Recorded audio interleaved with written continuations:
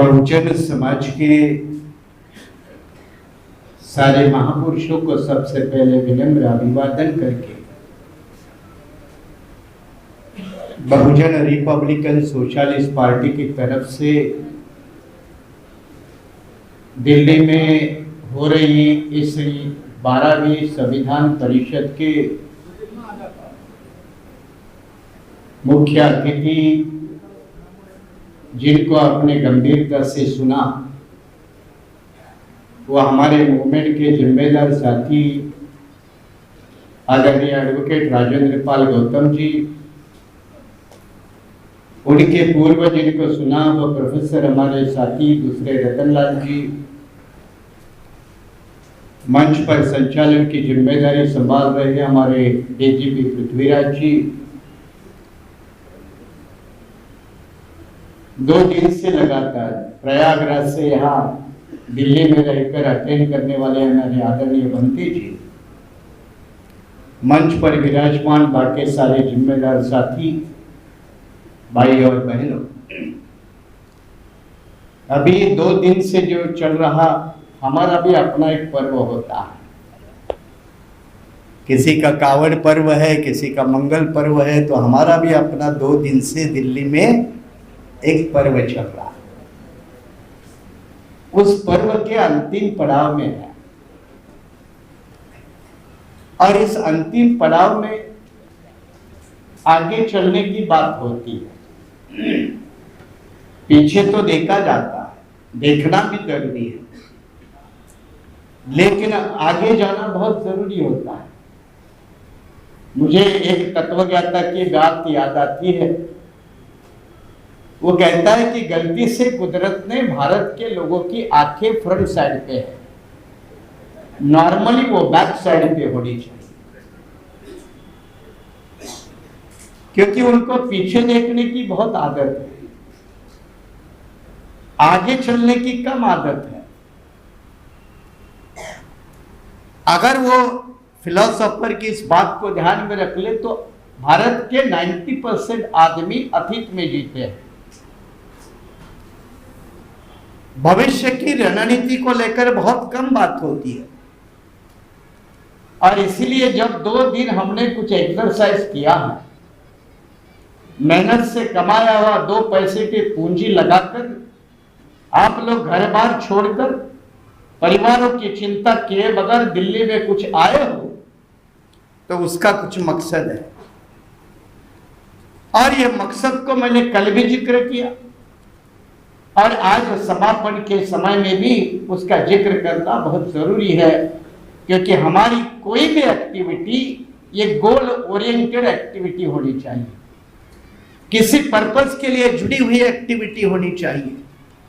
ये कोई किसी की प्राइवेट हॉबी या मनोरंजन या किसी की ख्वाहिश इसके मुताबिक नहीं है, तो एक लार्जर एम के साथ, लार्जर गोल के साथ जुड़ी होनी चाहिए और उसी लंबी चौड़ी एक लार्जर एम के साथ जुड़ी हुई कड़ी का हिस्सा हमारे ये 2 दिन की दिल्ली का मुकाम, यह दिल्ली के पर्व की उसके साथ जुड़ी हुई कड़ी है।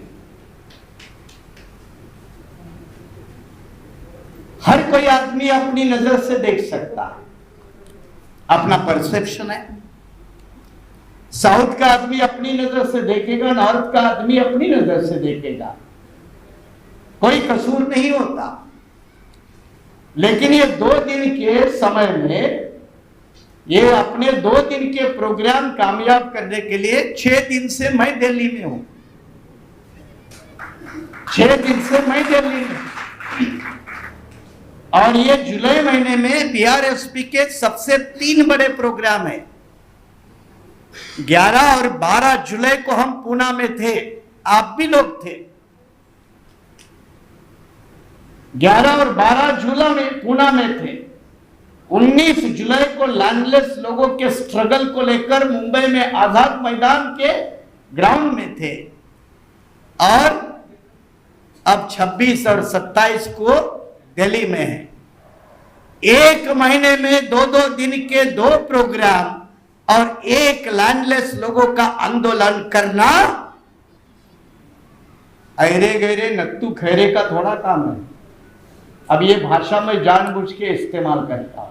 यहां मेरा प्रोफेसर नहीं आता है, यहां मेरे का जो अंदर पॉलिटिकल एक्टिविस्ट है वो बाहर आता है।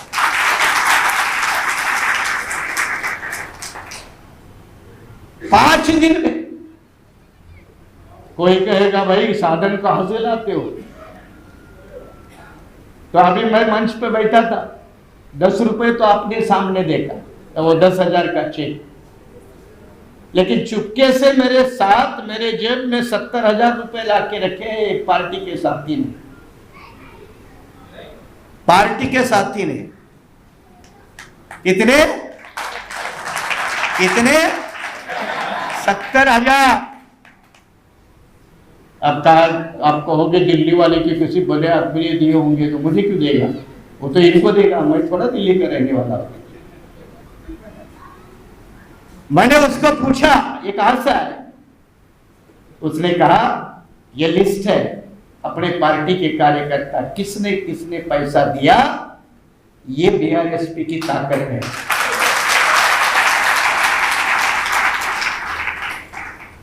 एक महीने में 3 प्रोग्राम।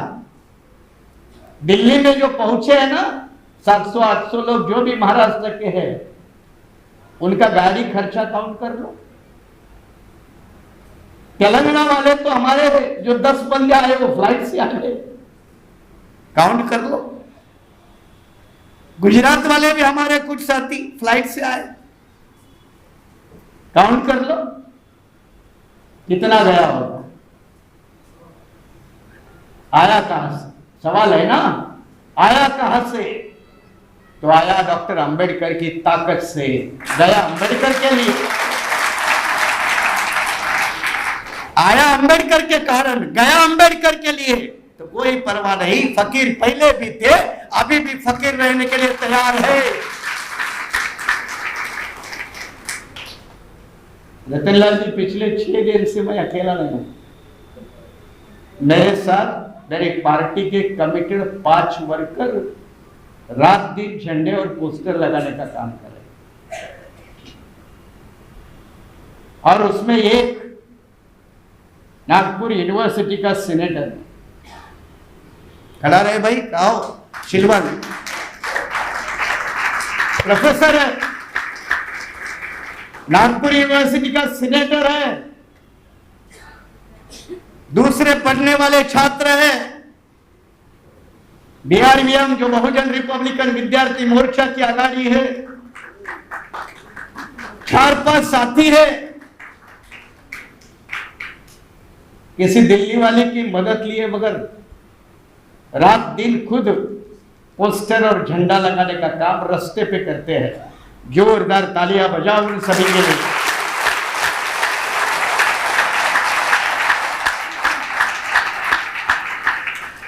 जेब में 4 पैसे होना और उसके लिए 4 कमांडर होना और उसके लिए 4 कमिटेड जान लेने वाले और देने वाले कर्मठ कार्यकर्ता होना, यह आंदोलन की ताकत है।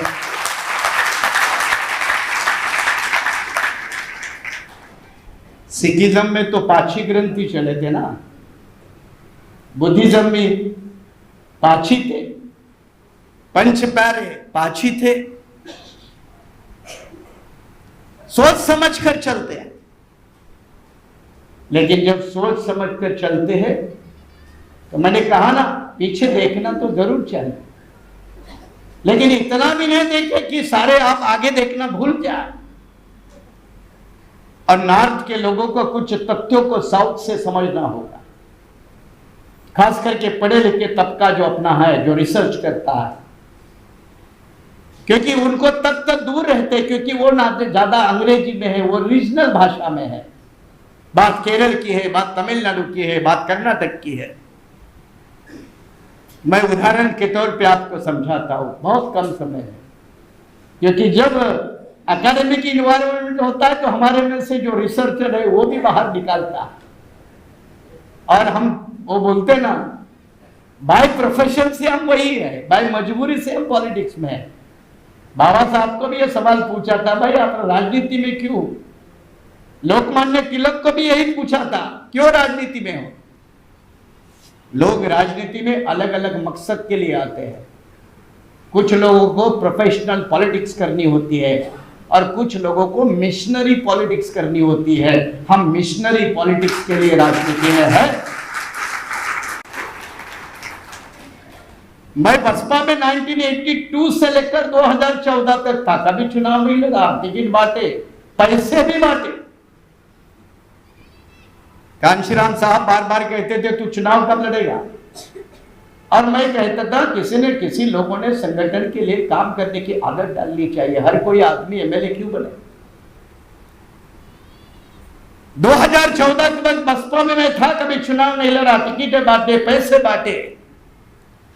पढ़े लिखे लोग इतने भी हैं महाराष्ट्र में, तो उनकी एक अच्छी तादाद है जिनका एक बखूबी के साथ मूवमेंट के लिए हम लोग इस्तेमाल करते हैं। या हमारे प्रोफेसर पिसे हैं, ओबीसी समाज के हैं, सामने बैठे हैं, सीनेट वो भी मेंबर नागपुर यूनिवर्सिटी के रह चुके हैं।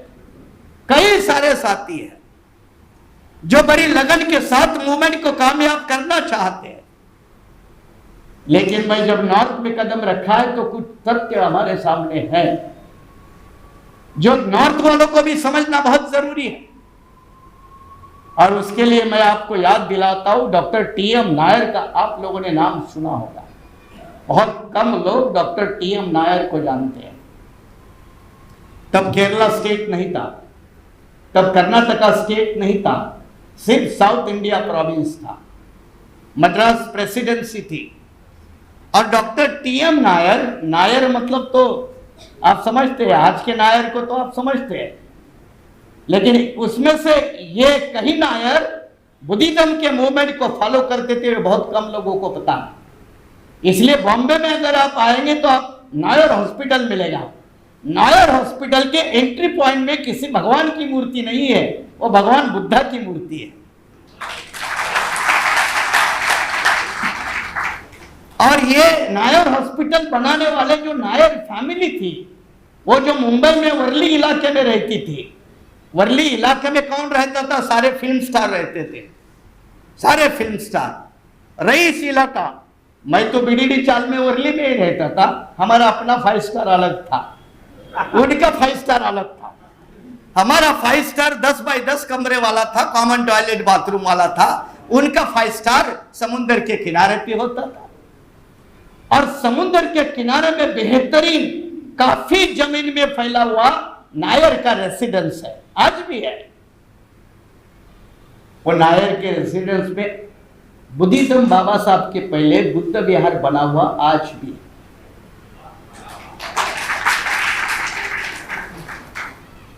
ये डॉक्टर टीएम नायर फिजिशियन थे, मैसूर के महाराजा कृष्णदेवराव वड़ियार, जिन्होंने शाहू महाराज के बाद पहला आरक्षण दूसरा दिया।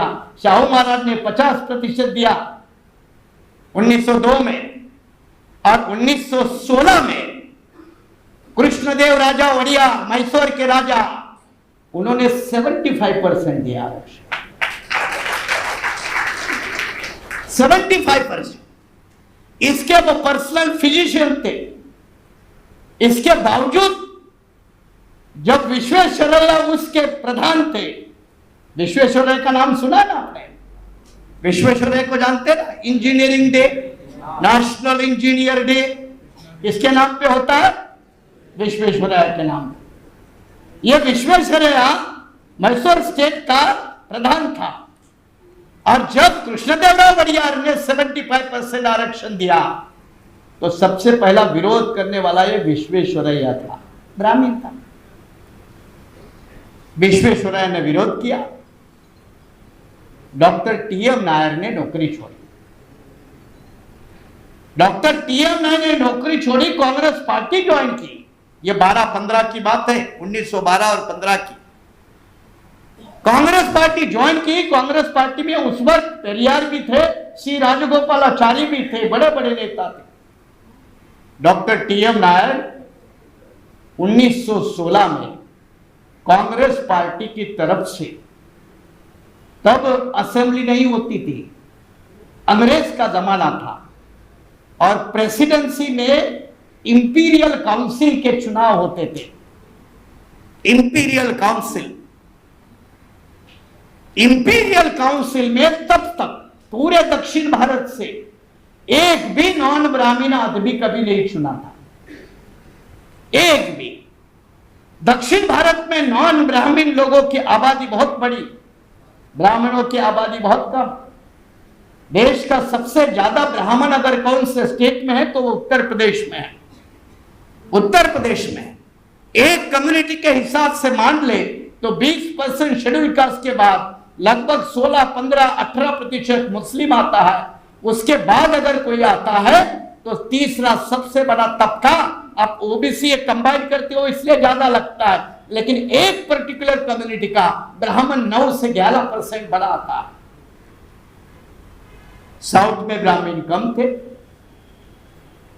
Doctor TM. नायर ने सारे बहुजन समाज के नेताओं की मीटिंग बुलाई, मद्रास में मीटिंग हुई और टी.एम. नायर ने कहा यार हमारी आबादी इतनी है, हमारे इतने दक्षिण भारत में लोग हैं, इतनी पॉपुलेशन है, एक तो नॉन ब्राह्मण चुन के जाना चाहिए इंपीरियल काउंसिल में। किसी ने हिम्मत नहीं की, सोच नहीं बनी, लेकिन सबने एक प्रस्ताव पास किया कि कांग्रेस पार्टी ने दक्षिण भारत के नॉन ब्राह्मण लोगों को रिप्रेजेंटेशन देना चाहिए। बात है कब? 2015 की। पेरियार भी तब तक कांग्रेस के थे। पेरियार शुरू में एक डिस्ट्रिक्ट के कारपोरेशन के चेयरमैन भी रह चुके। राजगोपालाचारी भी उस वक्त चेयरमैन रहे। पेरियार एक जगह चेयरमैन रहे तो राजगोपालाचारी दूसरी जगह चेयरमैन रहे। यह हकीकत है। कांग्रेस पार्टी के सामने डिमांड रखी, कांग्रेस पार्टी ने रिजेक्ट की। रिजेक्ट की तो फैसला फिर नॉन ब्राह्मण लीडरशिप की। तब नॉन ब्राह्मण कोई ऑर्गेनाइजेशन नहीं है, इस बात को समझो। 14 के अंत में मीटिंग हुई और फैसला लिया गया कि हम अपना उम्मीदवार चुनाव मैदान में उतारेंगे। टी.एम. नायर ने कांग्रेस पार्टी से इस्तीफा दिया और बोले मैं लड़ता हूं, डोंट वरी। किसी ने किसी का तो कत्ल होना ही है, किसी ने किसी को जंग की शुरुआत तो करनी है। Doctor TM. नायर ने कहा कि मैं लड़ता हूं और डॉक्टर टी.एम. नायर को सभी लोगों ने लड़वाया और वो बुरी तरह से हार गया। 2015 के इंपीरियल काउंसिल में टी.एम. नायर हारा। अब 1915 में, अब 1915 में तब तक कांग्रेस पार्टी की होम रूल लीग मूवमेंट आई थी। आने बेज़ंत, मोतीलाल नेहरू, बैरिस्टर मोहम्मद अली जिन्ना, लियाकत अली खान, ये सारे बड़े बड़े नेता होम रूल लीग के नेता थे। 1915 में गांधी जी की साउथ अफ्रीका से एंट्री होती है। उसके पहले मोतीलाल नेहरू नेता है, उसके पहले बैरिस्टर मोहम्मद अली जिन्ना नेता है। मैं गांधी जी के ऊपर बोलकर समय बर्बाद नहीं करना चाहता, इससे छोड़ देता हूं। बेचारे को कभी कभी रिजर्वेशन देना पड़ता है। जब समय आएगा वो चैप्टर अलग होगा। हाँ, अभी जरूरत भी नहीं है। हाँ, कुछ लोगों के ऊपर मार के, इतने मार के लोगों ने मारे हैं, क्यों बोलने की जरूरत है? इसलिए तो कल मैं उत्तर प्रदेश के ऊपर भी नहीं बोला। टी.एम. नायर हार गए, लोगों को बहुत बुरा लगा। बैकवर्ड लोगों ने फैसला किया, वो दलित नहीं है, वो बैकवर्ड है, फैसला किया और 1916 में साउथ इंडियन लिबरेशन ऑर्गेनाइजेशन बना। 1916 में साउथ इंडियन लिबरेशन ऑर्गेनाइजेशन 1916 में बनी। त्यागराजा चेटियार का नाम आप लोगों ने, बहुत लोगों ने सुना ही नहीं होगा नॉर्थ में। जैसे मैं आपको बताता हूं, मैं जब कांशीराम जी को पहली बार छात्रावस्था में मिला तो उनके सामने एक बाबा साहब की what Congress and Gandhi out to the untouchable से किताब लेके साहब के सामने गया। एक था, मैं बता रहा हूं, कांशीराम जी, इनको हम नेता कभी नहीं मानते थे, फादर फिगर के तौर पर मानते थे। इसलिए मूवमेंट की लर्निंग करने के लिए कांशीराम जी के पास कोई जाने को डरता नहीं था। महाराष्ट्र के या पंजाब के या उत्तर प्रदेश या दिल्ली के जो पुराने लोग हैं, या हमारे पुराने जितेंद्र बैठे हैं, साथ में बैठकर सवाल पूछते हैं।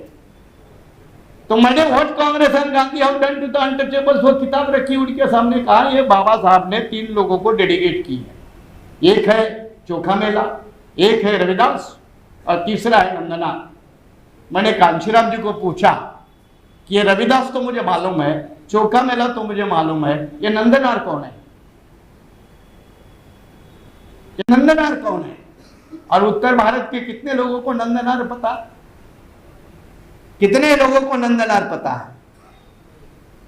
जिस तरह से रविदास को गायब किया गया, जिस तरह से कबीर को गायब किया गया, उसी तरह से नंदनार को तमिलनाडु की धरती पर गायब किया गया।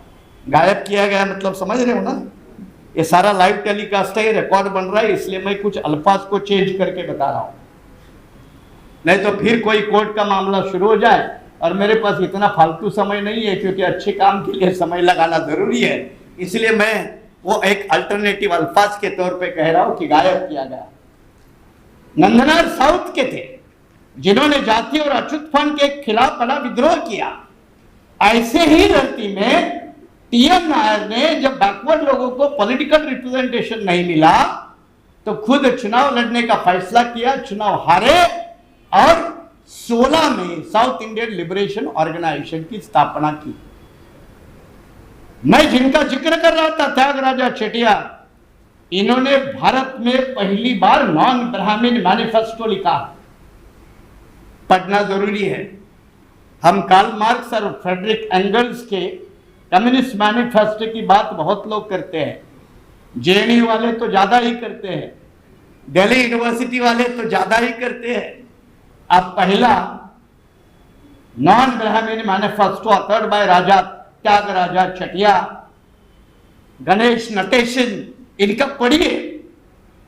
और वो 1918 में मैनिफेस्टो कहता कि हम बहुत जल्द अपनी हुकूमत बनाएंगे। मैनिफेस्टो पब्लिश हुआ 1918 में। और आपको समझना होगा 1920 में मद्रास प्रेसिडेंसी में नॉन ब्राह्मण पार्टी की सरकार बनी। नॉन ब्राह्मण मैनिफेस्टो को दूसरा कदम, उसके पहला कदम 1916 में जस्टिस पार्टी का गठन हुआ। जस्टिस पार्टी भी 1916 की है। नॉन ब्राह्मण मैनिफेस्टो 18 का है। और फिर लेजिस्लेटिव, तब प्रोविंशियल काउंसिल का चुनाव हुआ। मद्रास प्रोविंशियल काउंसिल में पूरे पंडितों को हराकर नॉन ब्राह्मण लोगों की इस देश में पहली बार सरकार बनी 2 साल के अंदर। और इस देश का पहला कम्युनल एक ऑर्डिनेंस होता है, इसको जीवो बोलते हैं, रिजर्वेशन का ऑर्डर 1920 की सरकार ने मद्रास प्रोविडेंस में इशू किया। मेरा कहना क्या है, संक्षिप्त है। 15 में कांग्रेस में रहे, बाहर निकले। 16 में जस्टिस पार्टी का निर्माण, 18 में नॉन ब्राह्मण मैनिफेस्टो और 1920 में सरकार। 4 साल के अंदर सरकार बनाई। 4 साल के अंदर। यह भी तो इतिहास है ना, यह भी तो इतिहास है। तात्पर्य क्या है, अनुमान क्या है? अनुमान यह है कि लंबी लड़ाई तो लड़ना जरूरी है, लेकिन लड़ते लड़ते कभी कभी penalty mark, corner marker, shortcut माध्यम से भी सरकार बनाई जा सकती है।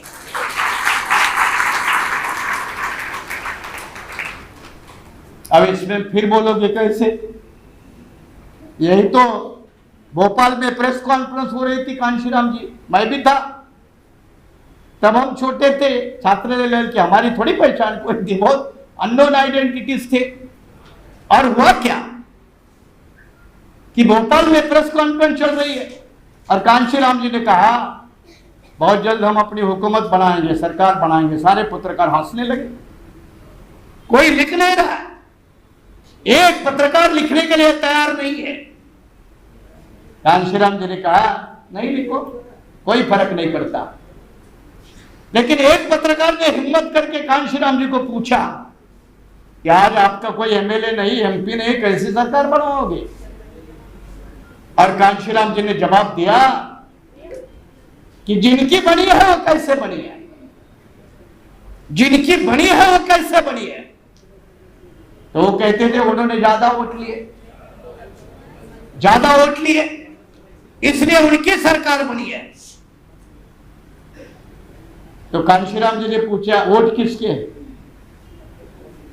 तो पत्रकार ने कहा तो आप ही के लोगों के, कोई दलित के, कोई आदिवासी के, कोई पिछड़े के है, या आप ही के लोगों के वोट है। तो कांशीराम जी ने कहा मेरे लोग, मेरे लोगों के वोट, सरकार उनकी। एक दिन यही खेल मैं खेलूंगा, यही एक दिन खेल खेलूंगा। ये लोग भरे मेरे लोगों के वोट लेकर चले जाए, उन वोटों के आधार पर चुने हुए लोगों का गधे घोड़े करके इस्तेमाल करके मैं अपनी सरकार बनाऊंगा।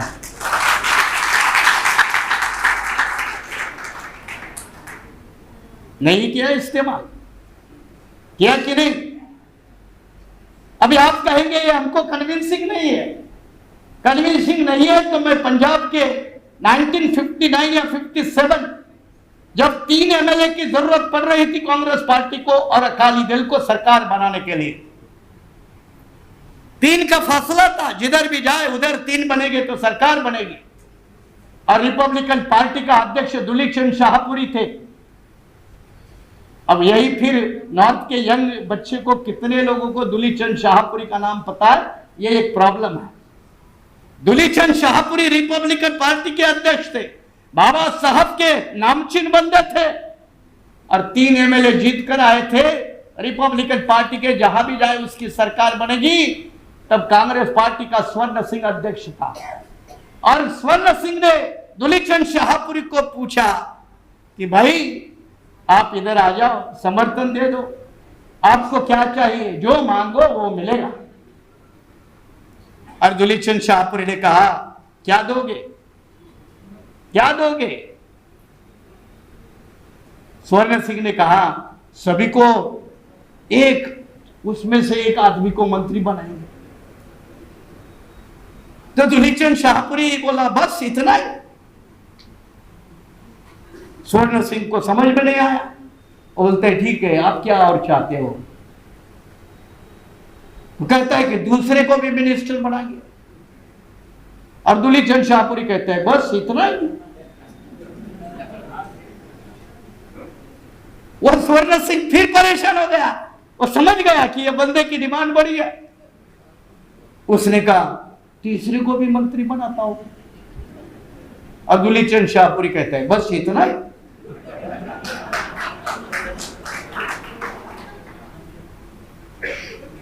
अब स्वर्ण सिंह कहता है आपके 3 एमएलए सब मिनिस्टर हो गए और क्या चाहिए? फिर दुलीप चंद कहता है बस इतना ही। वो एक लफ्ज के आगे नहीं गया। तो फिर स्वर्ण सिंह कहता है आपके रिपब्लिकन पार्टी के तमाम सारे बड़े नेताओं को किसी मंडल का अध्यक्ष, चेयरमैन वगैरह होते ना, ये सब बना देंगे। तो दुलीप चंद कहता है बस इतना ही। आखिर स्वर्ण सिंह परेशान होता है, कहता है आखिर चाहते क्या हो? और दुलीप चंद शाहपुरी कहता है भिखारी समझ के रखा है क्या तूने हमको? यही बात समझ लो। अम्बेडकर आंदोलन के नेताओं को यह भाषा समझनी पड़ेगी। दुलीप चंद शाहपुरी कहता है भिखारी समझ के रखा है, ये ले लो, वो ले लो, ये ले लो, वो ले लो। देना है तो मुख्यमंत्री की कुर्सी दे दो वरना भाग के चलेगा।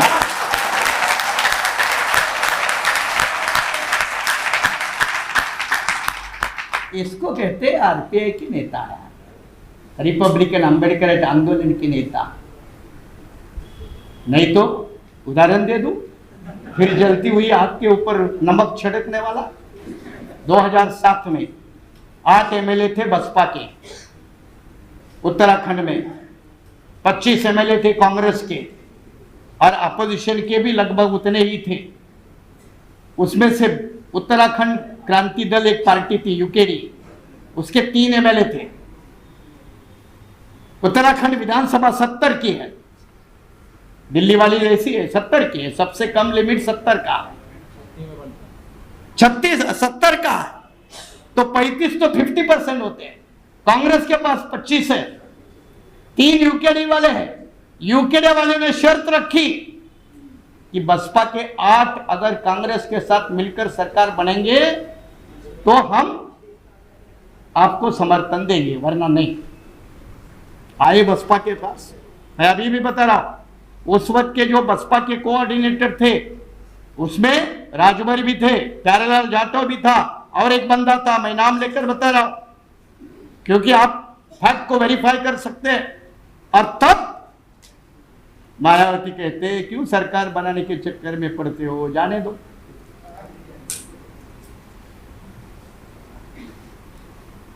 उत्तराखंड के लोग, मेरा एक साथी आया है उत्तराखंड के, यहां है, अभी हॉल में है, आए हैं।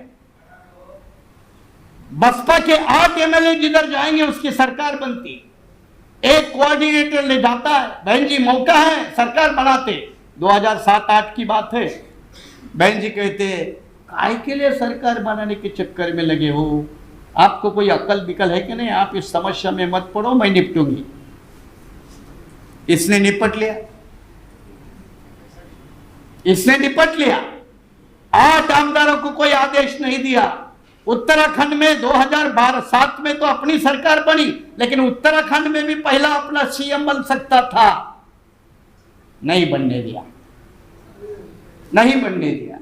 एक तरफ दुलीचंद शाहपुरी है जो 3 एमएलए के बदौलत चीफ मिनिस्टर होने का सपना पंजाब जैसे स्टेट में देखता है, और एक तरफ मायावती है जो 2007 और 8 में उत्तराखंड में 8 एमएलए होने के बावजूद भी सरकार नहीं बना सकती। ये 2 पोल अपार्ट है, ये 2 अलग अलग मॉडल है। अब ये मॉडल में कौन सा मॉडल पकड़ना और कौन सा मॉडल छोड़ना, ये हम लोगों को फैसला है ना, ये फैसला किसका है। लेकिन लोगों के सामने ये मॉडल तो रखने पड़ेंगे, और जब मॉडल रखे जाएंगे तो let the people decide which kind of the model they should accept, कौन सा मॉडल उन्हें पसंद करना चाहिए। लेकिन बुद्धिमान लोगों ने ये सारा तथ्य समझकर एक संशोधन करके ये भी सारे तथ्य लोगों के सामने रखने की जरूरत है, और ये कम लेवल का तबका उत्तरी भारत में है, इसमें भी कोई 2 राय नहीं है। अब जब इसी में डिटेल में जाते तो बाबा साहब की भी बात देख लो। बाबा साहब सक्रिय राजनीति में आए कब, 1920 के बाद। 1924 में तो उनका नॉन पॉलिटिकल ऑर्गेनाइजेशन है। उनकी पार्टी कब की है, उनकी खुद की पहली पार्टी 1937 की है, जिंदगी की पहली पार्टी 1937 की है। बाबा साहब की कोई पार्टी नहीं थी, लेकिन जब 1915 में 15-16 के बीच में एक अंग्रेजों ने कमिटी भेजी थी मुंबई में जिसका नाम है मुड्डे साउथ ब्यूरो कमीशन, और यह साउथ ब्यूरो कमीशन के सामने अछूतों को अपनी तकरार रखनी थी, तो सरकार की तरफ से किसको डेप्यूट किया था, सरकार की तरफ से उस वक्त एक जस्टिस थे, जस्टिस चंदावरकर, ये अनटचेबिलिटी के खिलाफ काम करते थे, उनको नॉमिनेट किया था।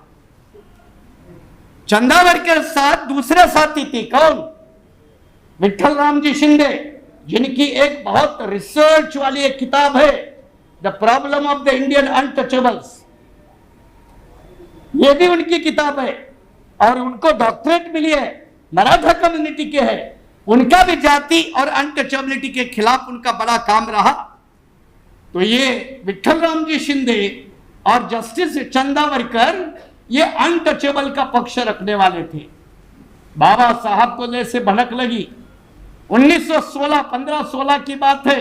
अब बाबा साहब की उम्र क्या है देखो, बाबा साहब की उम्र 15-16 में क्या है, ये 15-16 और वो 8 24-25 साल की उम्र है बाबा साहब, 24-25 साल की है।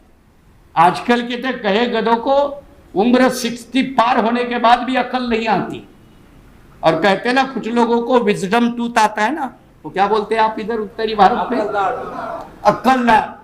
कुछ लोगों को तो मरते दम तक नहीं आती हो। अब बाबा साहब की उम्र 25-26 साल, बाबा साहब को इनवाइट नहीं किया था वो कमेटी ने। बाबा साहब जाके मिले उस वक्त बॉम्बे के गवर्नर को। अब बाबा साहब ने कहा, I am the first untouchable graduate of Bombay university. ये है बयान,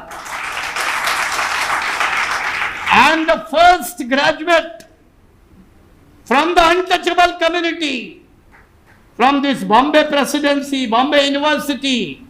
मुझे अपने लोगों के बारे में बयान देना। शुरू में गवर्नर कहता है आपको इनवाइट नहीं किया। बाबा साहब फिर कोशिश करते हैं, तब तक शाहू महाराज जिंदा है।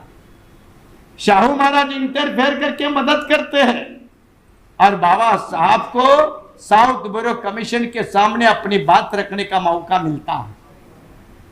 और मौका मिलता है तो वो कमीशन को भी ऐसा लगा कि अंबेडकर भी क्या मांगेगा, 24-25 साल का लड़का है, ये भी बाकी दलित नेता के जैसे कहेगा मेरे लोगों को खाने को अनाज नहीं है, पीने को पानी नहीं है, रहने के लिए घर नहीं है, चलने के लिए रास्ता नहीं है, ऐसे सारे भिखमंगे डिमांड करेगा।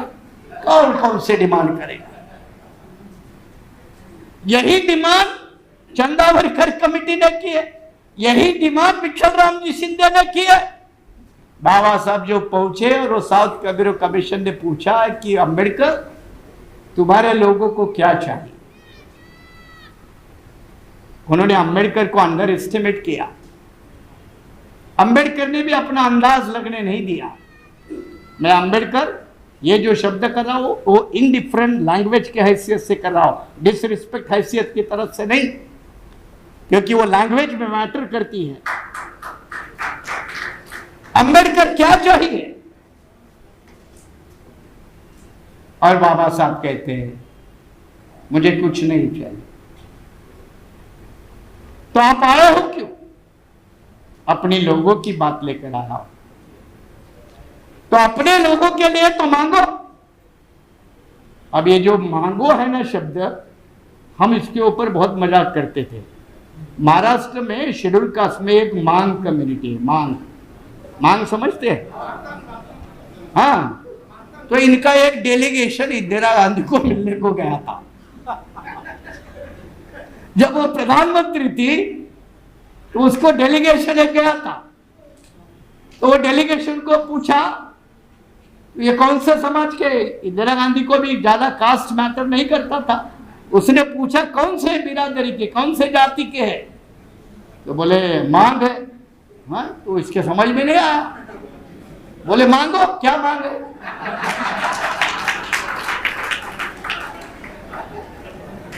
ये कई बार बात भाषण में हमने जिक्र की, वही इस्तेमाल बाबा साहब के सुनो, मांगो, क्या मांगे? और बाबा साहब ने कहा मेरे लोगों के लिए दो जरूरतें हैं। एक, उनको वोट का अधिकार चाहिए, और दूसरा, उनके लिए अलग चुनाव क्षेत्र चाहिए। बाबा साहब अंबेडकर की जिंदगी की पहली ये दो डिमांड है। कोई पानी नहीं मांगा, कोई खाना नहीं मांगा, किसी को सिक्योरिटी नहीं मांगी, किसी को बंगला नहीं मांगा, किसी को एमपी एमएलए बनने का पद नहीं मांगा। अपने कम्युनिटी को राइट टू वोट, वोट का अधिकार मांगा।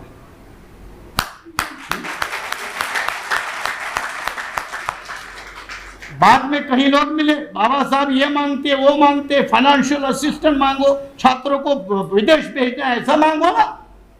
बाबा साहब ने कहा कितने लोगों के लिए मांगो?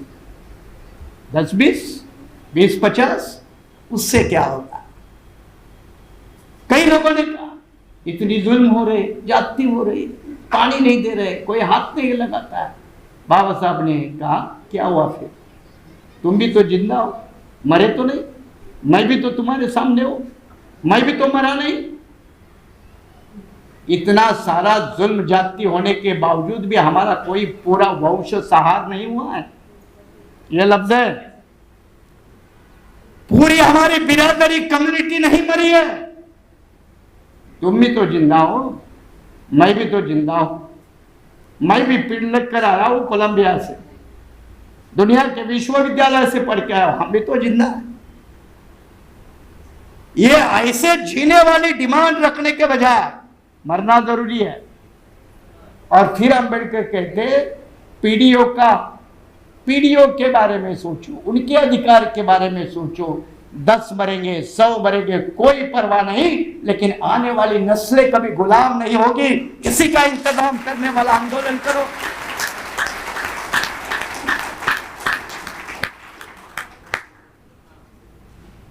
क्या हुआ?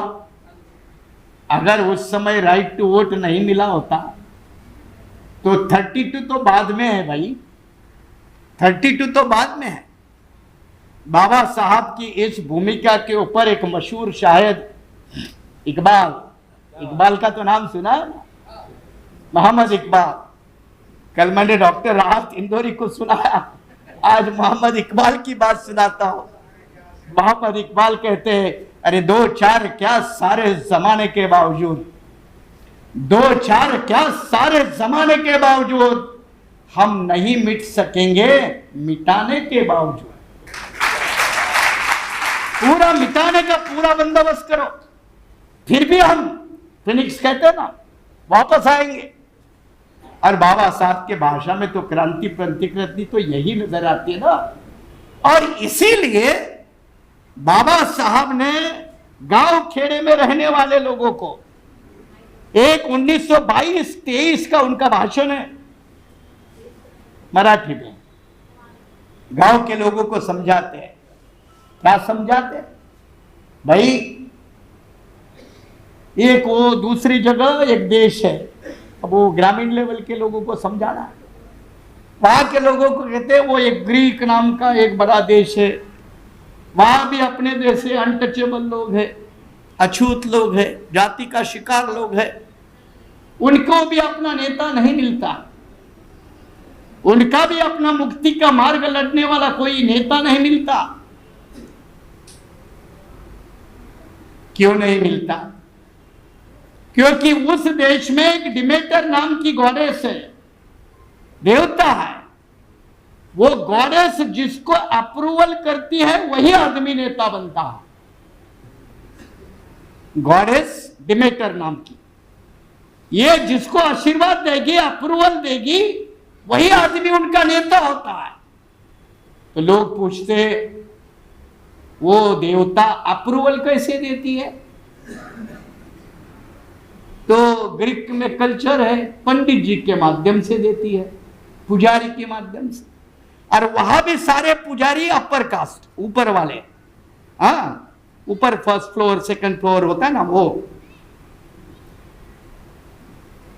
जब भी ग्रीक में यह मामला उठा कि ये डाउन ट्रोलन का नेता कौन होगा, तो ग्रीक कल्चर में फैसला डिमेटर देवता करेगी। डिमेटर फैसला करेगी, किसके माध्यम से करेगी? पंडे के माध्यम से करेगी। पंडा कौन? Upper caste. तो जब भी ऐसा कोई मामला गया ना वो डिमेटर के देवता के पास मंदिर में, तो आशीर्वाद कौन देगा?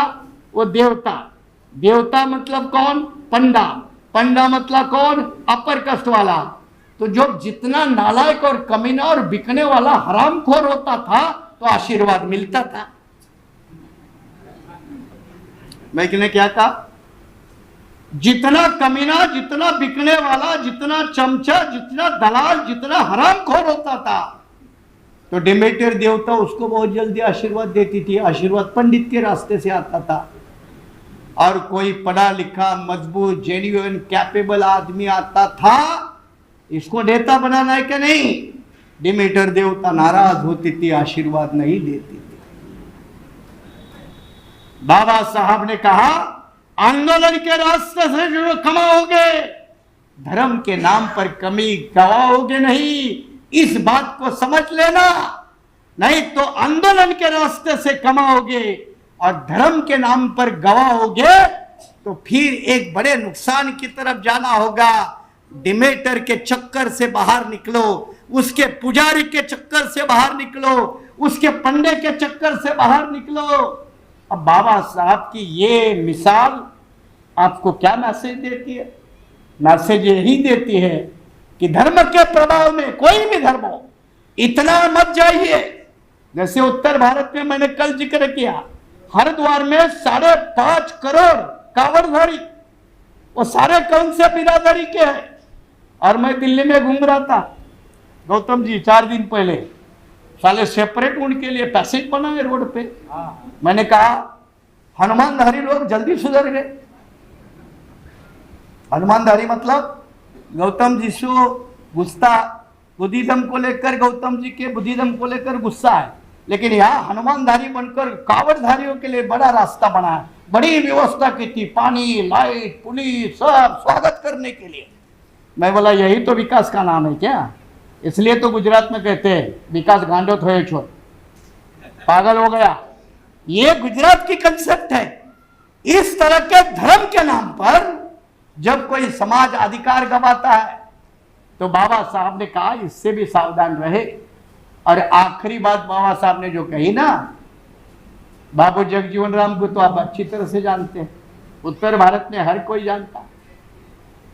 मालूम है इनका एक बार हवाई जहाज से गिरकर एक एक्सीडेंट हुआ था और जगजीवन राम जी को अस्पताल में दाखिल किया था।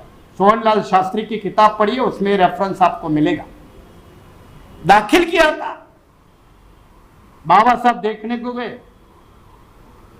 बाबा साहब देखने को गए और देखने के बाद बोले जग्गू, क्या बोले? जग्गू, आदमी गधे से भी और घोड़े से भी गिरकर मरता है, तो हवाई जहाज से भी गिरकर बच गया।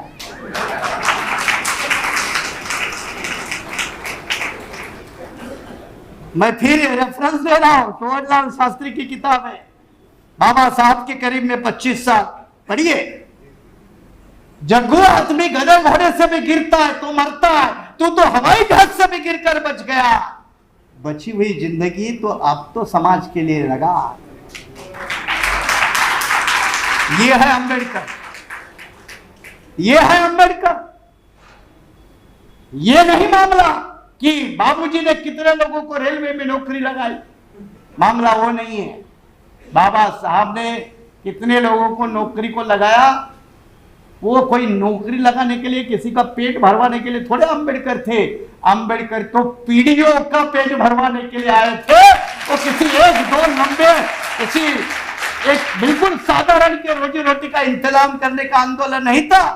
इसलिए ना उन्होंने अपने बेटे को लगाया, ना बहू को लगाया, किसी को नहीं लगा। ये भी मालूम होना चाहिए, ना अपने बेटे को कहीं लगाया, एमपी एमएलए बनाया, ना बेटे के बेटे को लगाया, किसी को भी नहीं लगाया ना। यही जो अंबेडकर भवन जिस जगह पे खड़े, ये जमीन, यही जमीन ये बाबा साहब अंबेडकर ने खुद खरीदी थी। उस जमीन में आज हम खड़े। तो अंबेडकर की विरासत एक बहुत बड़ी विरासत है। हाँ, उद्घाटन भाषण भी हुआ था, तब ये छोटा सा था, बड़े लेवल का नहीं था। और आते थे, दिल्ली में रहते थे, बाबा साहब खुद चल कर आते थे। ऐसे हालत में मैंने कल तो नहीं बताया, जब बाबा साहब अंबेडकर लॉ मिनिस्टर थे, एक क्लर्क की चपरासी की इंटरव्यू थी, चमार समाज का। बाबा साहब लॉ मिनिस्टर थे और एक आदमी गया सिफारिश लेकर कि भाई इसको चपरासी का कॉल दिलवा दे। सोहनलाल शास्त्री ने बढ़िया तरीके से लिखा है, डिस्क्रिप्शन अच्छा है कि हम बाहर प्रार्थना करते रहे कि हमारी चमार आदमी को बेचारी चपरासी की नौकरी तो मिले, बाहर प्रार्थना करते हैं। बाबा साहब ने जो काम करना था कर लिया, लेकिन जब काम करने के बाद साहब अपने न्यू हार्डिंग एवेन्यू बंगले पे पहुंचे तो एक आदमी दौड़ते दौड़ते गया और बाबा साहब के पैर के ऊपर गिर गया। बाबा साहब को समझ में नहीं आया कि साधे सीधा सीधा एक आदमी दौड़ के आता है और पैर के ऊपर, अपना पैर के ऊपर पकड़ता है। बाबा साहब पूछते है कौन भाई? वो बोलते हैं मेरा नाम अमीन चंद है, दिल्ली का रहने वाला हूं। और फिर बाबा साहब पूछते हैं काम क्या करते हो, और वो कहता है मैं गांधी के हरिजन सेवक लीग का प्रधान हूं। क्या कहता है? गांधी के हरिजन सेवक लीग का प्रधान हूं। बाबा साहब कहते हैं यार तेरी पोस्ट थोड़ी मैंने पूछी है, तुम काम क्या करते हो, क्या काम है तुम्हारा? और वो बेचारा ईमानदारी से कहता है बाबा साहब आपको गाली देना यही हमारा काम है, आपको गाली देना हरिजन सेवक संघ का यही तो काम था ना, गांधी के चेले चपाटे का तो यही काम था ना। ईमानदारी के साथ बोला कि बाबा साहब आपको गाली देना हमारा काम है। बाबा साहब भी गुस्सा नहीं हुए, शांति से बोले मुझे गाली देकर तुम्हें क्या मिलता है, मुझे गाली देकर तुम्हें क्या मिलता है? और आमिनचंद ईमानदारी के साथ बोला बाबा साहब बस रोजी रोटी चलती है। क्या कहता? बस रोजी रोटी चलती है। तो बाबा साहब कहते मुझे गालियां देकर भी अगर तुम्हारी रोजी रोटी मिलती है तो मुझे कोई इतराज नहीं, चलेगा। अब सवाल है कि आज ऐसे कितने अमीनचंद हैं? उत्तर भारत में कितने हैं? कौन से स्टेट में कितने हैं? दिल्ली में कितने हैं? पंजाब में कितने हैं? हिमाचल में, हरियाणा में कितने हैं? मध्य प्रदेश, छत्तीसगढ़, उत्तराखंड में कितने हैं? अमीन चंदों की पहचान करनी होगी, इन अमीन चंदों को आइडेंटिफाई करके इलिमिनेट करना होगा। यह भी तो बहुजन आंदोलन का एक नया चैलेंज है। और ऐसे अमीन चंद पैदा क्यों किए जाते हैं, इसकी बात को अगर समझोगे तो go back again to the historical reference of 1937। 1937 में जब पहली प्रांतीय सरकारें बनी, गवर्नमेंट ऑफ इंडिया एक्ट 1935 के अंदर, तब सेंट्रल प्रोविंस मध्य प्रांत जिसमें नागपुर और ये इलाका आता था, नागपुर, बिलासपुर, रायपुर, ये सेंट्रल प्रोविंस में आता था। डॉक्टर खरे नाम के ब्राह्मण आदमी चीफ मिनिस्टर बने थे, कांग्रेस के नेता थे। डॉक्टर खरे बाबा साहब के अच्छे दोस्त थे, बाबा साहब को अच्छी मानते थे, मराठी समझते थे। ये डॉक्टर खरे के मिनिस्टर में बाबा साहब का एक विधायक था, ये शायद आप लोगों को मालूम नहीं होगा, जो नागपुर के डॉक्टर आवले बाबू थे, क्या बोलते हैं अपन, आवले बाबू जी थे, जो कामठी से चुन के आए थे। ये कामठी इलाका सेंट्रल प्रोविंस में था। इसके पहले एक दलित आदमी को नेता था जिसका नाम है डॉक्टर अग्निभोज। उस अग्निभोज को डॉक्टर खरे ने मंत्री बनाया। डॉक्टर खरे को जब डॉक्टर अग्निभोज, अब डॉक्टर मतलब कॉमन है क्या, ये क्या दलित है क्या, ऐसा ही नॉर्मल है क्या, पढ़ा लिखा डॉक्टर, उसको मंत्री बनाया। गांधी जी ने डॉक्टर खरे को बुलाया और डॉक्टर खरे को सुना, तुमने अच्छा नहीं किया, अच्छा नहीं किया। तो डॉक्टर खरे ने कहा क्या बुरा किया, क्या बुरा किया? और गांधी ने जवाब दिया, तुमने एक हरिजन को मंत्री बनवाया है, बहुत गलत किया। इसको समझो, मतलब गांधी पॉलिटिकल पावर की अहमियत क्या समझता है और अपने लोग क्या समझते हैं, नेता विद्वान क्या समझते हैं, फर्क समझो। गांधी कहता है खरे को, ब्राह्मण चीफ मिनिस्टर को, तुमने गलत किया। तो डॉक्टर खरे कहता है बापूजी आप ही तो बोलते हो हरिजनों का उद्धार करना जरूरी है, हरिजन उद्धार आपका कांग्रेस पार्टी का कार्यक्रम है, मैंने गलत क्या किया, क्या गलत किया? फिर भी गांधी कहते तुमने गलत किया। आखिर इससे रहा नहीं जाता, बोलते है बताओ मैंने क्या गलत किया? और गांधी जी डॉक्टर खरे को कहते अच्युतों के मन में इतनी बड़ी पॉलिटिकल एम्बिशन पैदा करना हमारे लिए अच्छा नहीं है। जब आप स्टेटमेंट रिकॉर्ड करके ले लो, अच्युतों के मन में इतनी बड़ी पॉलिटिकल आशा आकांक्षाएं पैदा करना हमारे लिए अच्छा नहीं है और इसलिए तुमने बुरा काम किया। डॉक्टर खरे को अपनी मिनिस्ट्री डिसॉल्व करनी पड़ी। जैसे सुभाष बाबू को कांग्रेस छुड़वाने के लिए गांधी जिम्मेदार है, उसीलिए उस एक अनटचेबल आदमी को चुनी हुई कांग्रेस के सरकार में शामिल करने के कारण डॉक्टर खरे को अपनी मिनिस्ट्री डिसॉल्व करनी पड़ी। एक अछूत का मंत्री बनना गांधी को अच्छा नहीं लगा, मिनिस्ट्री खत्म करवा दी। और मिनिस्ट्री जब खत्म करवा दी तो डॉक्टर खरे बाबा साहब के दोस्त थे, सारे ब्राह्मण कोई खराब नहीं होते। डॉक्टर खरे ने उनके साथ जो भी कुछ हुआ वो सब लिखकर बाबा साहब अंबेडकर को भेजा, सब लिखकर बाबा साहब अंबेडकर को भेजा। और बाबा साहब अंबेडकर ने वही इस्तेमाल करके what Congress and Gandhi have done to the untouchables, उसमें खरे के स्टेटमेंट को कोट किया कि गांधी का पावर प्रेम क्या है। What Congress and Gandhi have done to the untouchables, इसमें डॉक्टर खरे के रेफरेंस को बाबा साहब ने दिया। राउंड टेबल कॉन्फ्रेंस का सेकंड वॉल्यूम है, उसमें भी आपको यह चक्र मिलेगा। बाबा साहब इससे क्या मैसेज देते हैं? बाबा साहब मैसेज ये देते हैं कि गांधी हमको पावर देने के लिए तैयार नहीं है। हमारा एक आदमी मिनिस्टर बनता है तो इनके पेट में दर्द है, तो सरकार बनने देंगे क्या?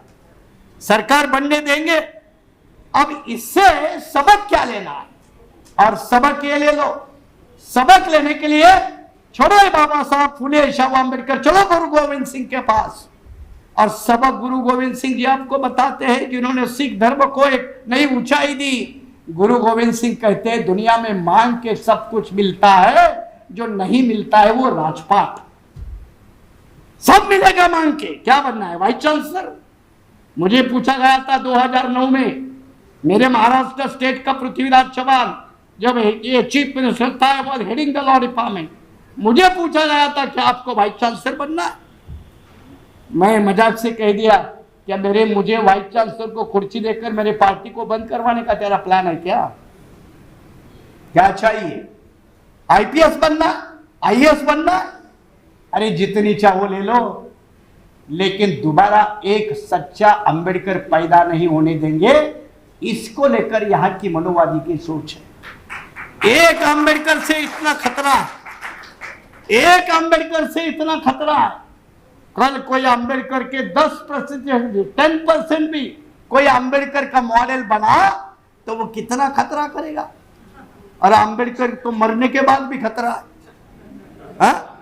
साले पुतले को भी हाथ नहीं लगा सकते। पुतले को हाथ डालते वक्त कुछ गलत सलत हुआ तो साले मरने और मारने पर उतरते। इसलिए एन शिवराज ने कहा dead Ambedkar will be more dangerous than alive Ambedkar. मरा हुआ अंबेडकर जिंदा अंबेडकर से भी ज्यादा खतरनाक होगा। और आज यह साबित हो चुका है ना कि मरा हुआ अंबेडकर भी पार्लियामेंट में मोदी हो या कोई भी हो, संघ परिवार वाला हो या कांग्रेस वाला हो, दिल्ली में बैठा हुआ चीफ मिनिस्टर हो या पंजाब में बैठा हुआ चीफ मिनिस्टर है, सबको अंबेडकर नाम का जप करने के अलावा कोई रास्ता नहीं है। ये हमारे आंदोलन की ताकत है। जब यह हमारी हिस्टोरिकल विरासत है तो हम किसी की कार्बन कॉपी क्यों करें? क्यों करें? अरे गहरे नत्थू खरे का मॉडल ले ले। एक हिस्टोरिकल लीगेसी है, एक बैटलफील्ड की लीगेसी है, उसका एक बढ़िया फाउंडेशन है। और उस फाउंडेशन के आधार पर चलकर बाबा साहब ने इस देश के नए इतिहास की नींव नहीं तो इतिहास बनाया है। तो विरासत को हम क्यों छोड़े? वो विरासत अपने कंधे पर लेकर मरते दम तक चलने की इच्छा होनी चाहिए, वो ताकत होनी चाहिए। और ये मरते दम तक लेकर चलेंगे तो कहते हैं ना इन्होंने अभी अच्छा कहा था, जिसको कांशीराम जी भी बार बार कहते थे, जगाया तो उसे जाता है जो मरा नहीं। जगाया तो उसे जाता है जो मरा नहीं है, और जो जिंदा है लेकिन जिंदा लाश है। जिंदा तो है लेकिन जिंदा लाश है, उसको कैसे जगाओ? समाज जिंदा लाशों का है। मुसलमानों को भी तो यही लोग कहते हैं ना, जिनको संघर्ष करने की आदत नहीं, लाशें उठाना उनका मुकद्दर होता है। ये मुकद्दर में है, ये तकदीर में है। इसलिए कांशीराम जी भी बार बार कहते थे कि जगा उसे जिसका मुर्दा नहीं बना, जो जिंदा है लेकिन वो भी मरा हुआ नहीं है, ऐसे कोई जगाया जाता है। जो जिंदा है लेकिन मुर्दा है, उसको जगाया नहीं, उसको जलाया जाता है। उसको जलाया जाता है। अगर गलत तरीके की लीडरशिप है तो जलाना जरूरी है, अगर गलत तरीके का कार्य करता है तो जलाना जरूरी है, अगर गलत तरीके का राइटर है तो जलाना जरूरी है, अगर गलत तरीके का स्कॉलर है, ओरेटर है, तो उसको समाज ने भी और आंदोलन ने भी जलाना जरूरी है, क्योंकि वो जिंदा मुर्दा है और जिंदा मुर्दा कोई काम नहीं करते। और इसीलिए जब उत्तर भारत के तरफ में कई सारी एक बड़ी विरासत है, क्यों ना इस विरासत को ठीक ठाक करें? क्यों ना करें? ठीक है, आज तक किसी और की जिम्मेदारी थी, मान लो रतनलाल की जिम्मेदारी थी, बेचारे ने कोशिश की, जितना बनता है कर सकता है किया, शुक्रिया भाई, शुक्रिया। अब तुम्हारा लाइब्रेरी में बैठने का समय हो गया, तुम्हारा बेहतरीन फोटो बनाते, चाहे तो उसको हार डालते, ठीक है, तुम कहते हो तो बाद में डालो तो बाद में डालते। लाइब्रेरी में बैठो, म्यूजियम में बैठो, हर एक का अपना वक्त होता है। वक्त खत्म हो गया है।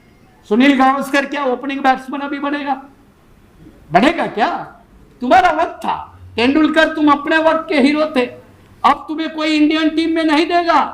समय के साथ चलना पड़ता है और इसीलिए नेता भी समय के साथ बदलना पड़ता है, पार्टी भी बदलनी पड़ती है और आंदोलन भी बदलना पड़ता है। एक ही नेता, एक ही आंदोलन और एक ही ढांचा, इसको डायनामिज्म नहीं कहते, इसको स्टेटस क्वो कहते हैं। और आंदोलन तो गतिमान होता है, नेता तो गतिमान होता है, संघर्ष भी गतिमान होता है, और ये समय के साथ चलने वाला होता है तो वो अपने मंजिल तक पहुंचता है। इसलिए मुझे परसों एक ने कहा कि भाई मायावती जी ठीक नहीं क्या, क्योंकि उत्तर भारत में फिर घूम कर वही आते हैं। मैंने कहा ठीक है, कोई गलती नहीं है। तो उसने मुझे फिर कहा नहीं नहीं कोई दवा नहीं क्या मायावती? मैं बोला है ना, मेडिसिन तो है, लेकिन मेडिसिन विथ एक्सपायरी डेट है। मेडिसिन है लेकिन उसकी डेट एक्सपायर हो चुकी है, तो डेट ऑफ एक्सपायरी जिसकी खत्म हुई है उसकी बदनामी करने की जरूरत नहीं है। अरे अडवाणी देखो, उसने अपना योगदान दिया ना, पीछे गए ना। मुरली मनोहर जोशी ने अपना योगदान दिया, पीछे गए ना। तो हमें अपने बुझे हुए नेता को, चिरागों को पीछे रखने में दिक्कत क्या दिक्कत है आपको? इसका मतलब आप डायनामिक नहीं हो, इसका मतलब आप व्यक्तित्ववादी हो, आप इंडिविजुअलिस्टिक हो, आप व्यक्ति केंद्रित राजनीति करने वाले हो। और जो आदमी कभी व्यक्ति केंद्रित राजनीति करता है वो समाज के ऊपर उसकी नजर नहीं है, नजर व्यक्ति के ऊपर है। सवाल व्यक्ति के ऊपर नहीं होना चाहिए, नजर समाज के ऊपर रहनी चाहिए।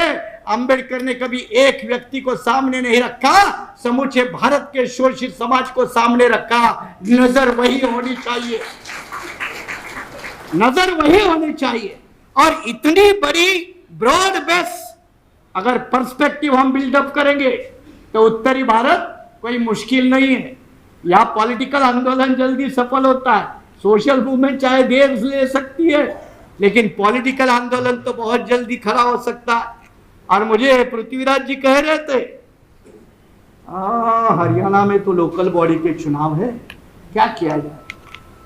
मैंने कहा यार अभी तक पार्टी के फंक्शन नहीं हुए, इनॉग्रेशन नहीं बड़े पैमाने पे हरियाणा में हुआ, अब उसमें चुनाव लड़ने के से क्या होगा। तो पृथ्वीलाल जी ने कहा जमीन है अपनी। मैं बोले कौन सी जगह जमीन है, तो उन्होंने कहा फलाने जगह जमीन है। तो मैंने कहा असेंबली इलेक्शन के पहले है? हाँ बोले हाँ पहले है। मैंने पूछा कौन सी जगह पे, तो उन्होंने जगह का नाम बनाया। बोला कौन सा चुनाव है? बोले मेयर का, एक सिटी के मेयर का चुनाव है। मैंने पृथ्वीराज सिंह से कहा कि बिना संगठन वगैरह भी चुनाव लड़ सकते, जीत सकते। बोले कोई बात नहीं, नहीं जीते तो 2 नंबर पे तो रह सकते हैं।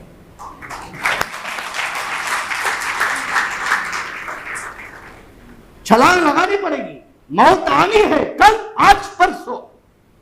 उसका इंतजार करूं कब आएगी, उसके इंतजार में रहो कब आने वाली है। 10 साल के बाद, 5 साल, मरना तो तय है ना, तो आज क्यों नहीं। और मरना मतलब ये नहीं है कि अपने आप को समाप्त करना। अरे कुछ पैदा करने के लिए मर जाना, मिट जाना, इससे और बढ़िया जिंदगी का लेवल क्या हो सकता है, इस बात को समझना चाहिए। और इसीलिए हमारे पत्रकार साथी समझ रहे कि कल माने साहब ने 6 बजे, आज भी बजेंगे क्या, तो बिल्कुल नहीं। अब आपको आगे की बता रहा हूं कि बीआरएसपी ने कदम रखा, किरमावलन जी सुबह आए, किरमावलन जी और उनके साथ member of parliament 2 MP, Ratanlal ji आए बैठ में, एक आप सिंबॉलिक लेवल पे कह रहा हूं, 2 एमपी साउथ इंडिया के हैं आपके पास, सिंबॉलिक लेवल पे 2 एमपी साउथ इंडिया के। तो उन्होंने कहा जो चाहिए करिए, हम साथ में हैं। कल अपने पास एक एमपी आए थे आसाम से, ट्राइबल, नभा कुमार सरानिया। उन्होंने कहा जो चाहिए करिए। कितने एमपी हो गए? 3 हो गए। महाराष्ट्र में हम, मेरे पास 11 एमएलए, जो 13 पार्टी का गठबंधन है, 11 एमएलए कम ताकत है क्या? अब शरद पवार के पास 11 बचे है कि नहीं, ये ढूंढना पड़ता है। मेरे पास 11 है। हाँ? उसके पास बचेंगे नहीं, या खुद भेज रहा है पार्सल बना के बीजेपी में, और बाद में बेटी को भिजवा कर सेंट्रल के मिनिस्ट्री उसको दिलवाएगा, हो सकता, गेम ऑफ पॉसिबिलिटी। लेकिन जब पवार के पास 11 बचे कि नहीं, इसकी कोई गारंटी नहीं। लेकिन डॉक्टर माने बिना अपने पार्टी का एमएलए होते हुए भी कह सकता है कि 11 एमएलए मेरे पास महाराष्ट्र में है। तो ये 11 हो गए, 3 हो गए। अब यहां एक एमएलए है मंच पे, क्या उनको गिनना नहीं चाहिए? गिनना चाहिए कि नहीं गिनना चाहिए? नहीं, आप हाथ उठाकर बताओ, गिनना चाहिए ना, बराबर। हमारे लिए टीवी डिबेट के लिए एक बेहतरीन आदमी चाहिए कि नहीं, जो दूसरे के कपड़े उतार दे, चाहिए कि नहीं? या रतनलाल को ऐसी जगह पे भेजना चाहिए कि नहीं? भेजना चाहिए कि नहीं? अरे मोदी के भी वहां पर हमें अपना जन समर्थन ले सकते, कौन सी बात है, लोगों से हाथ ही उठवाना है ना। अब कितने हो गए? 20 तो हो गए, या अभी के 2 दिन के, बाकी और आने के लिए बहुत है। क्या देर लगेगी? किसी शायर ने कहा है, रतनलाल जी, अगर दिमाग ना छीना गया, राजनीति तो दिमाग ही है ना, पैसा साधन बाद में है, ब्राह्मणों के पास क्या है? दिमाग ही है ना। अगर दिमाग ना छीना गया, अगर जुबान ना छीनी गई,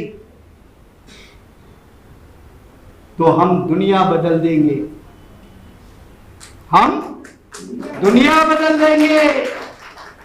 अरे दुनिया ही क्या, हम दुनिया के भगवान भी बदल देंगे।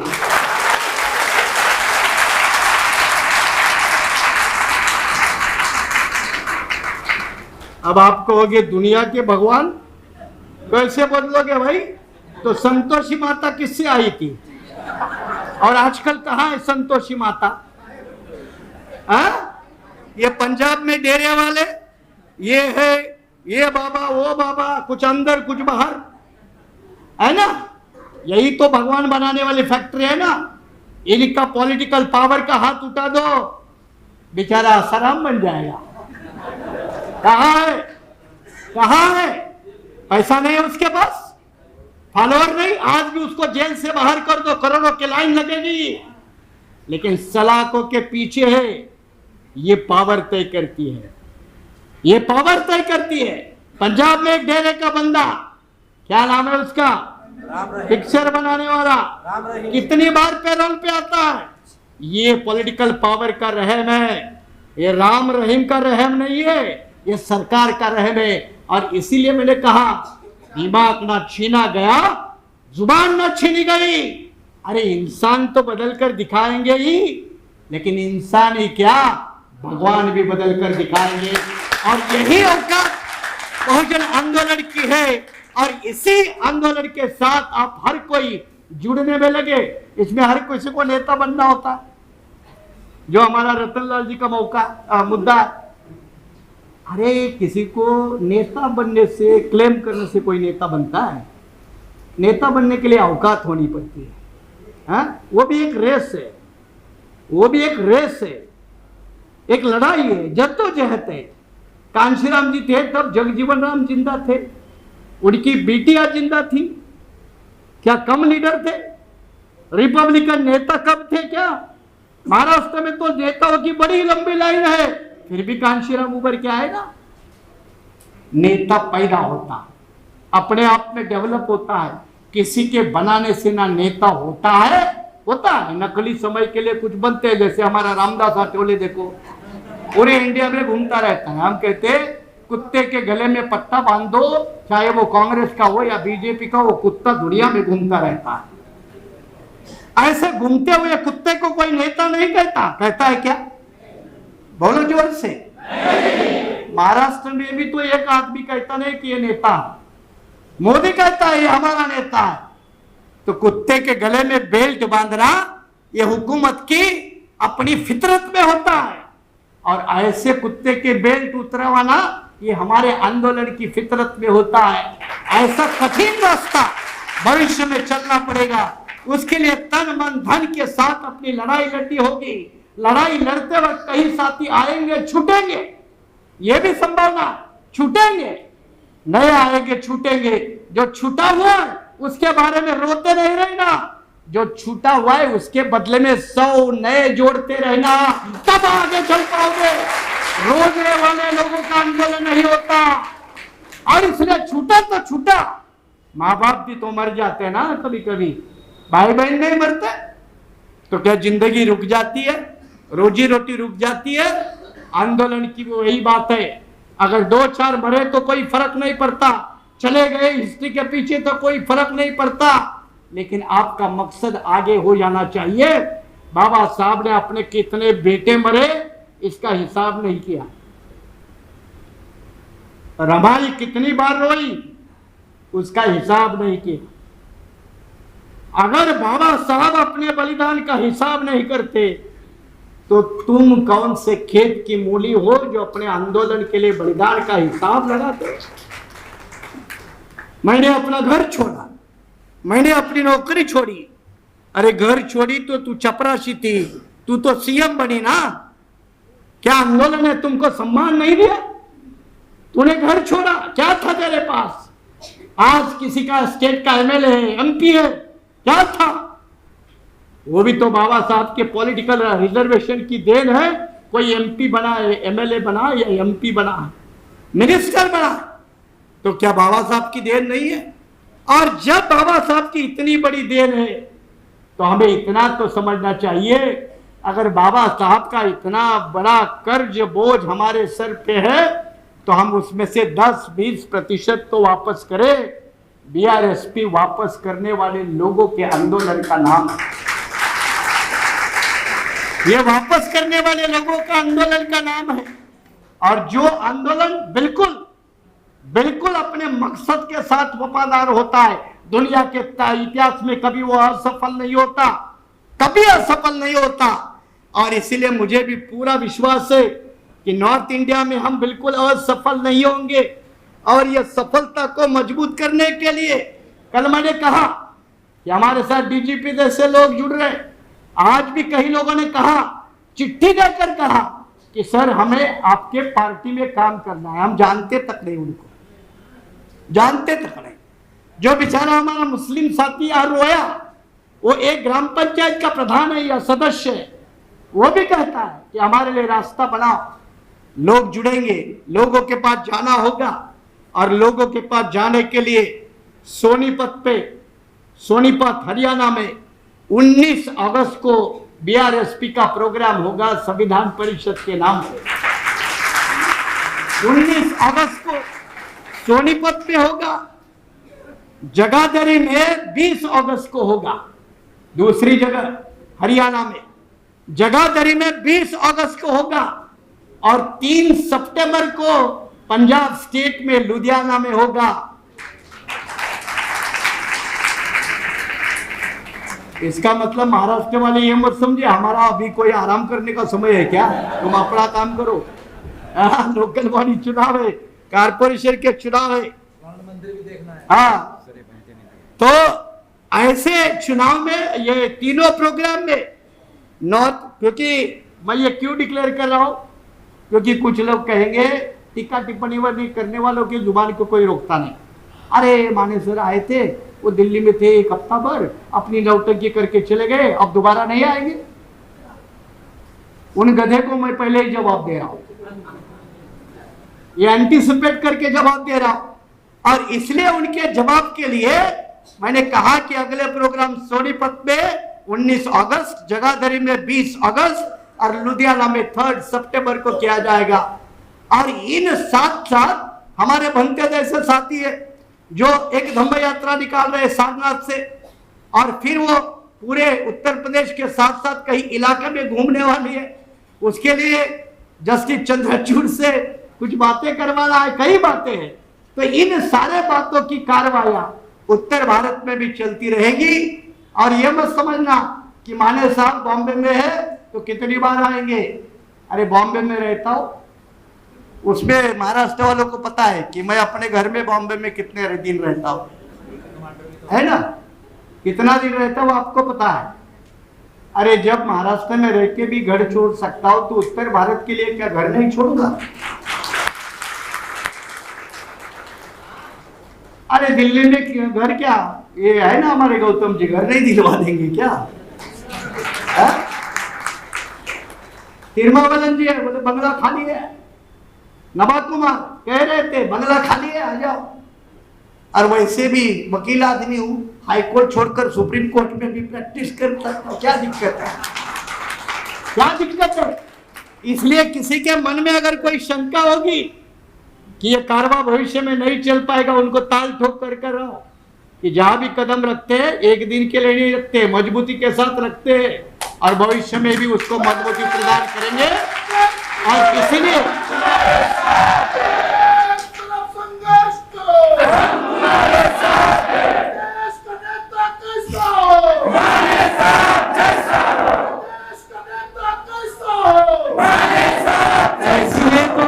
आगे की जंग लड़ने के लिए मैं अपने विश्वास साथी के ऊपर तो भरोसा रखता हूं। मैं बुद्धिजीवी तो जरूर आदमी हूं, लेकिन बाकी भी तरह से अलग अलग ढंग से अपनी ताकत के साथ लड़ता हूं। वो अलग ताकतें हैं जिनका मैं जिक्र नहीं करना चाहता।